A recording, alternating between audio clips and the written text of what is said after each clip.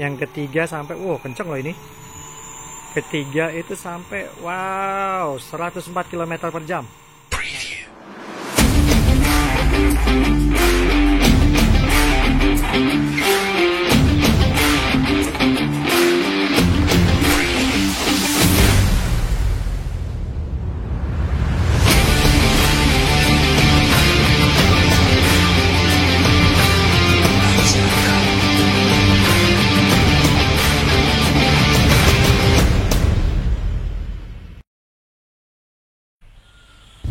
Assalamualaikum warahmatullahi wabarakatuh. Balik lagi bersama gue Caklak Lisa di Garasi 054 Channel.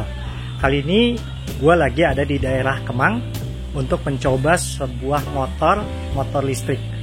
Kira-kira motor apa? Ya, ini dia motornya di belakang. Jadi ini adalah motor listrik dari brand Charge dengan model Rimau. Jadi si Charge sendiri ada 3 model ya. Ini model satunya yang ini. Kalau nggak salah ini Anoa, sorry.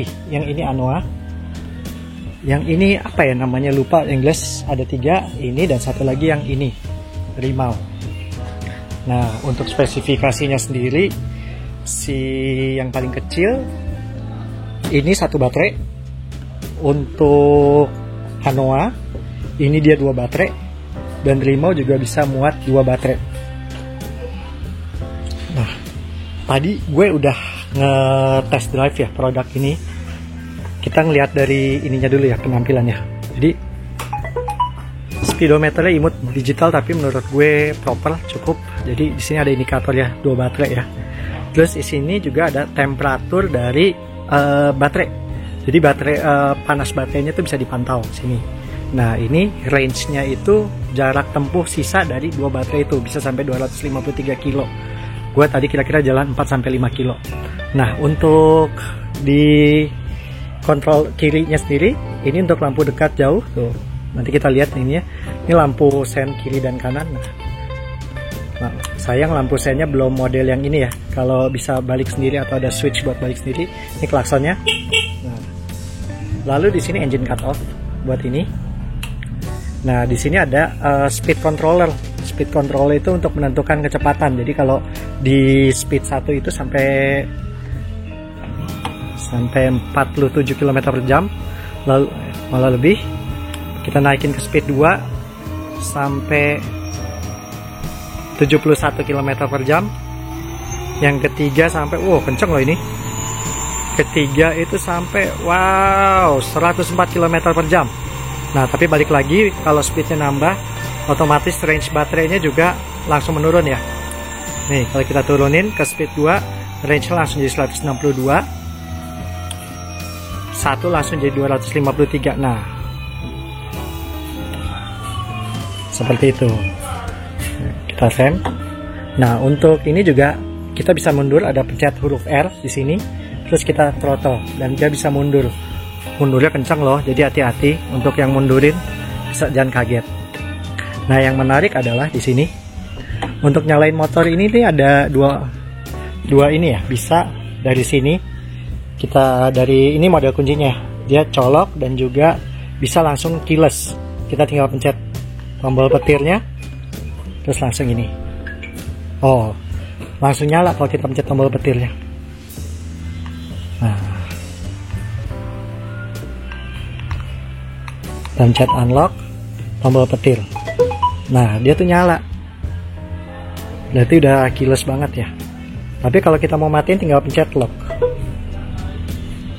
Nah, untuk fisik penampilan ya. Jadi untuk si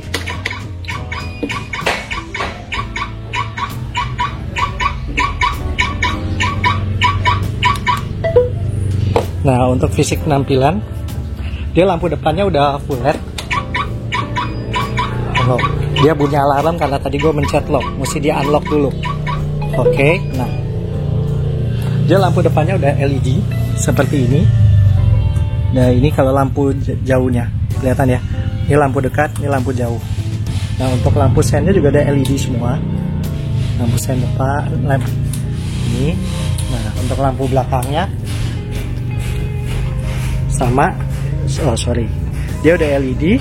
semua, lampu sen dan lampu rem dan lampu malam. Coba kita pencet remnya.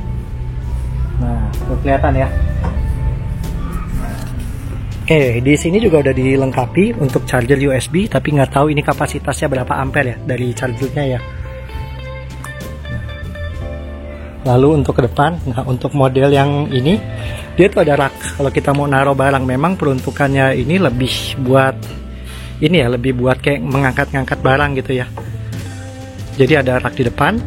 Lalu untuk fork depan, ini tuh gede loh fork depannya. Feeling gue ini sekitar 37 mili mungkin forknya ya. Cukup pakem juga. Nah, untuk ban depan sendiri, dia menggunakan ban ukuran 100/80 ring 16 dengan sistem cakramnya double ini ya, double piston ya cakramnya ya. Cakramnya ada di kiri. Nah, yang unik juga dia standar sampingnya ada di sisi kiri dan juga ada di sisi kanan. Nih tuh, dia double standar samping tuh. Mungkin karena memang bobot motornya agak lumayan berat ya. Lalu untuk kapasitas baterainya bisa dilihat di sini ada 2 baterai. Bisa kita lihat juga untuk baterainya di sini. Nah, ini tempat baterainya. Tuh, baterainya ada 2. Ini saklarnya buat matiin, ini buat OBD-nya, ini saklar ininya, off on-nya. Ini kita off dulu, baru kita cabut baterainya. Untuk swap, tinggal kita cabut gini. Nah, ini udah kita tinggal tarik nih baterainya. Gampang sih. Terus kita on lagi. Oke. Nah, di sini disiapin ada tempat kecil kalau kita mau naruh jas hujan kali ya, jas hujan sama sarung tangan, nyimpan di bawah ini bisa. Nah, ini mungkin sampai ini kelemahan motor listrik, dimana memang tempat penyimpanannya tidak banyak. Nah, di sini sih bisa muat aqua, dan ya kalau kita ngecharge bisa naruh handphone juga di situ. Nah, yang unik adalah tadi kalau ban depannya 16, di sini ban belakangnya ring 14 ukuran 110/80. Jadi secara ban merek lain yang lebih kayak kita pakai merek Pirelli bisa ya gitu. Untuk kaliper belakang dia sepertinya 2 piston juga ya, nih 2 piston kelihatan ada 2 ini. Tadi setelah gue coba ini riding, remnya enak untuk depan belakang ya, tapi memang ya selayaknya kalau kita pakai selang rem ini ya, masih selang rem karet biasa ya, mungkin akan lebih baik kalau kita pakai selang rem braided. Nah, untuk riding quality-nya sendiri nanti gue share di video abis ini ya, tapi gue lebih banyak VO karena tadi gue pas nyobain motor ini gue nggak sambil ngobrol atau sambil nge-review, tapi bisa gue bilang ini adalah motor listrik yang levelnya mirip kayak gue pakai Yamaha EM01 atau si NMAX listrik.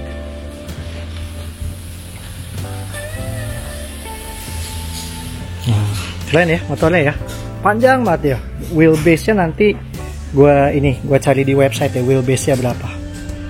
Nih, untuk kita duduk juga panjang banget, jadi kita bisa duduk maju, bisa duduk di belakang nih sendiri gitu. Istilahnya kalau kita boncengan, atau ini kan banyak dipakai sama teman-teman online gitu ya. Jadi penumpang tuh juga privasinya tuh lebih nyaman lah. Di sini ada tempat buat kalau kita mau nambahin additional box. Jadi additional ini yang udah ada additional boxnya keren sih, seperti ini. Nih. Keren kualitinya.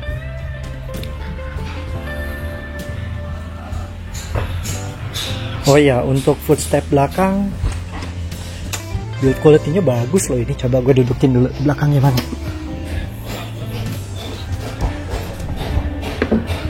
Oke, kalau gue duduk ya di ini, posisi kakinya nekuknya tuh enak, dan nggak kan ada kalau kita naik kayak kita naik Aerox atau naik Lexi gitu ya, posisi duduknya kan gini. Ini menurut gue sudutnya pas. Nih, bisa dilihat ya, sudut kakinya tuh pas. Oke, mungkin kita lanjut di video abis ini, video test ride. Tapi mungkin gua akan lebih banyak VO ya di video test ride ya. Nah, oke teman-teman, ini video riding ya. Sorry ya, gue makainya VO soalnya pas lagi ini gue nggak nyangka bakal mau bikin video ya. Jadi ya dadakan lah. Jadi makanya nggak prepare banget juga. Ini pakai handphone ngerekamnya. Nah, ini juga posisi kameranya agak turun ke bawah, jadi sorry banget. Tapi nggak apa-apa lah, kita ngobrol-ngobrol aja. Nah, di sini ya, ini kan dari daerah Kemang gitu ya. Saat pertama kali gue naik motor listrik, gue berpikir bahwa motor listrik yang ini nih, di saat kita belok sambil ngerem tuh kan ada yang motor listrik itu yang kayak powernya nggak ke deliver ke roda belakang gitu, jadi kayak powernya inilah. Nah, di sini nih gue bisa bilang bahwa motor ini proper. Gue tidak melihat hal seperti itu gitu. Jadi di saat kita pencet rem pun tenaga yang ke roda belakang itu tetap tersalurkan, tidak terputus. Beda dengan, ya maaf, dengan motor listrik yang quality-nya agak low ya, agak murah ya. Nah, gue menemukan itu tuh di motor-motor listrik yang agak mahal. Kayak kemarin waktu gue nyobain Yamaha EM01 atau waktu gue nyobain si Alfa Servo. Nah, gue melihat hal-hal seperti ini nih. Jadi untuk riding itu lebih fun, lebih proper. Di sini juga ini hari Sabtu di daerah Kemang itu kan agak lumayan macet gitu ya. Di saat macet, walaupun di motor kan wheelbase-nya panjang banget gitu ya, gue merasakan motor ini tuh ya buat salip-salip agak ada effort ya, tapi masih tetap menurut gue cukup nyaman. Apalagi dari sini, dari Kemang Utara, gue lewat ke arah McDonald, habis dari McDonald gue ke arah Antasari, itu macetnya juga lagi pol-polan banget. Tapi menurut gue secara buat manuver, buat ngerem, terus juga tadi kan gue duduk agak jinjit dikit gitu ya, gue tinggal duduknya bergeser maju ke depan. Dengan tinggi gue yang 170 cm, gue bisa berdiri proper dan juga nyalip-nyalip selayaknya gue pakai motor biasa gitu, motor ya kayak gue bawa motor matic biasa aja. Nah, ini sudut kameranya udah mulai agak enakannya di sini ya. Intinya sih gue ngerasa motor ini oke kok. Nah, mungkin pas macet-macetan gue saranin kalau kita pakai ini adalah kita pakai speed nomor 1. Kenapa? Karena menurut gue powernya tidak terlalu nyentak gitu saat kita pakai speed nomor 1. Nah, di saat kita cruising gitu ya, kita tuh bisa kita naikin ke speed 2 gitu. Kan tadi dilihat juga di sebelumnya bahwa speed nomor 1 itu tuh bisa sampai sekitar 47 km per jam. Jadi masih buat gue ya masih enak-enak aja. Nah, satu lagi yang menurut gue ini balik lagi kayak pengaturan si controllernya ya, atau apa ya, kalau di motor bensin sih ECU, kalau di motor listrik controller mungkin bahasanya. Jadi si throttle-nya ini itu tuh memang tidak responsif. Mungkin memang dengan tujuan bahwa untuk penghematan baterai juga, dan juga untuk alasan safety sih, karena kalau throttle-nya kita dibuat lebih responsif, motor ini memiliki torsi yang cukup galak gitu, jadi kayak langsung nyentak segala macam. Nah, ini gue belokin patah untuk nyalip tuh nggak ada problem banget, enak banget gitu loh. Nih, ini kan macet habis McD ini kan one way nih, ini tuh buat salap selip gitu ya, lihat nih, aman-aman aja tuh. Menurut gue nyaman nih motor, menyenangkan kok. Nah, coba gue ini ya, gue cepetin videonya sampai di daerah Antasari yang gue agak ngebut. Bentar ya.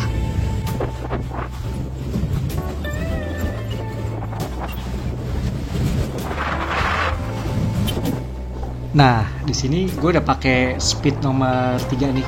Sorry, speedometernya nggak kelihatan ya, tapi di selektor yang kanannya kan kelihatan tuh, gue taruh di nomor 3. Itu tuh gue lari bisa sampai 60 sampai 80 km per jam, dan menurut gue enak gitu nih motor. Mungkin torsinya tidak langsung instan langsung keluar tenaga sampai lari 80 gitu ya, bertahap banget, tapi buat gue motor ini masih bisa diajak ngebut kayak kita naik motor matic inilah, 110 120 ya, kayak naik Lexi sih menurut gue, 110 125 cc Jadi nah udah ketemu macet lagi, tapi ya proper gitu buat gue motor ini. Jujur sih gue tertarik sama motor ini, tapi memang secara harga ini agak-agak lumayan gitu ya. Mungkin bukan yang tipe yang sekarang gue pakai kan Anoa gitu ya, tapi mungkin lebih ke yang dual baterai yang Rimau ya. Rimau nih model yang ini nih. Sorry dari tadi salah mulu, soalnya nggak niat pengen ngerekam video, pengennya rekaman, tapi pengennya test drive tapi malah ngerekam video karena excited juga. Kapan lagi bisa nyobain motor listrik sambil ngevlog gitu ya. Ini Rimau modelnya yang ini nih. Nah, nih si Rimau nih, bedanya sih kalau belakang secara wheelbase mungkin sama ya, tapi depannya kan nggak ada yang buat angkutan barang tuh. Ya Rimau tuh lebih cantik sih buat pakai buat daily gitu ya. Nah, tapi si Rimau-nya sendiri ya, harga on the road belum termasuk baterai ya, itu 26.880.000. Itu tuh kan ya, kalau kita ini berarti ya seharga Yamaha Lexi, tapi kita belum dapat baterai. Jadi untuk baterainya lagi kita harus langganan 350.000 per bulan. Nah, harga 350.000 itu pun hanya satu baterai, dan perkiraan satu baterai itu let's say kalau dua baterai kan tadi bisa sampai 200 kilo ya, berarti satu baterai hanya 100 kilo. Agak-agak ribet ya. Jadi menurut gua adalah masalah di motor listrik gitu ya sekarang. Itu kalau yang tipe swap itu adalah ya ketergantungan fasilitas pengisian baterai sih. Kalau memang untuk mengisi di rumah, si charge sendiri itu udah punya dua tipe charger ya. Charger yang biasa, istilahnya pakai kalau listrik rumah kita 900 watt bisa, dan yang quick charge itu dengan listrik 1300 watt itu bisa. Tapi ya ada beberapa itu mungkin mesti dikorbankan. Kalau memang pemakaian di rumahnya ada kulkas, AC segala macam, ada yang dikorbankan. Ya buat gue sih motor listrik gimana ya, menarik karena ya ini kan adalah masa depan gitu ya, tapi belum untuk 2024 ya, mungkin 2025 kalau program hilirisasi nikel jadi ngomongin binian males deh ya. Intinya kalau memang udah bisa produksi baterai lebih murah dalam negeri, itu mau dari nikel kayak atau dari apa yang satu lagi kayak Tesla itu bisa lebih murah, ya gue berharap harga baterainya itu bisa menjadi lebih murah, bisa menjadi seperempatnya lah. Masa harga baterai satu sel itu satu ini buat 100 kilo itu 15 juta, menurut gue nggak make sense sih. Itu sih harapan gue. Nah, video mau gue cepetin lagi ya sampai di tanjakan yang di daerah mana sih yang itu kompleks Arko Kemang tuh, Kemang apa ya namanya ya? Ya pokoknya Arko Kemang. Gue mau kasih lihat ke kalian nih.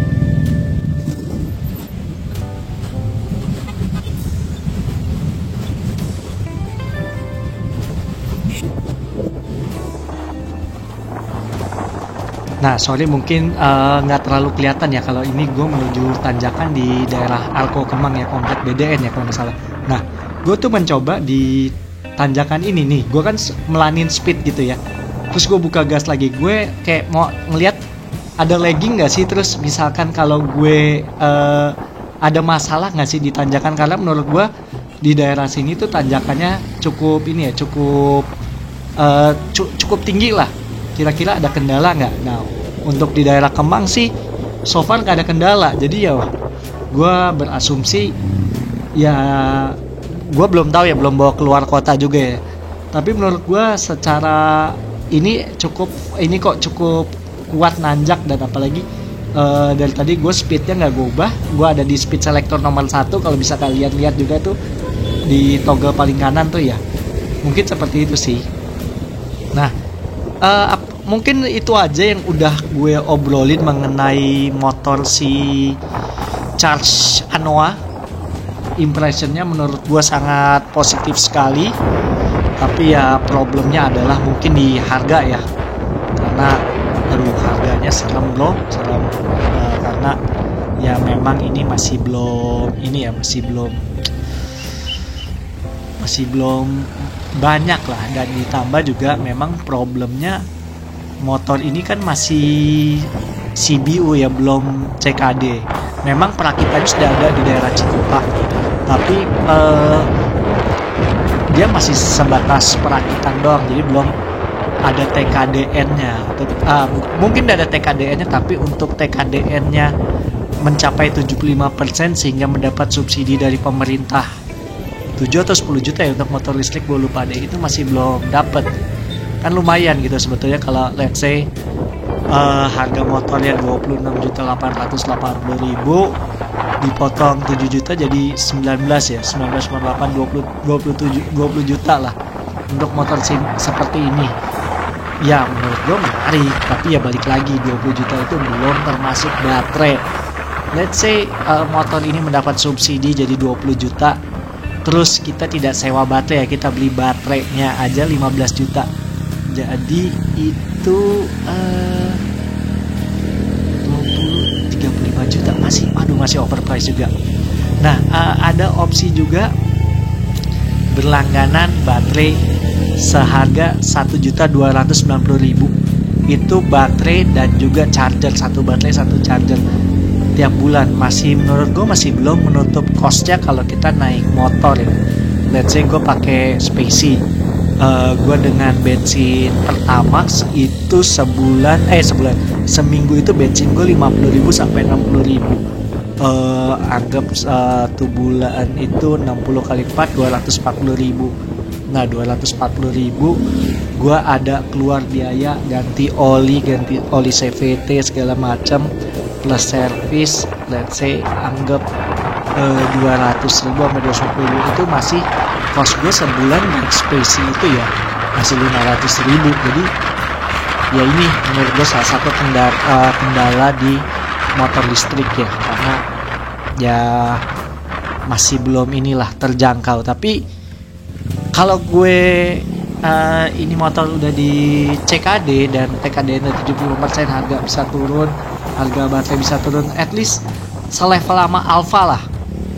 Ini patut dipertimbangkan banget sih, karena build quality-nya bagus, terus juga suspensi nyaman, riding position nyaman, remnya enak, mesinnya mesin ya pokoknya buat di ini nggak lemot, tanjak enak, terus oke banget lah. Mungkin itu aja dari gue. Terima kasih yang udah nonton. Sorry durasinya jadi panjang, hampir setengah jam. Enggak sih, masih 22 menit. Jangan lupa like dan share video ini. Follow juga di Instagramnya Garasi054, terus juga TikTok channel gue Garasi.054. Thank you yang udah nonton ya. Ciao, sampai jumpa di video berikutnya.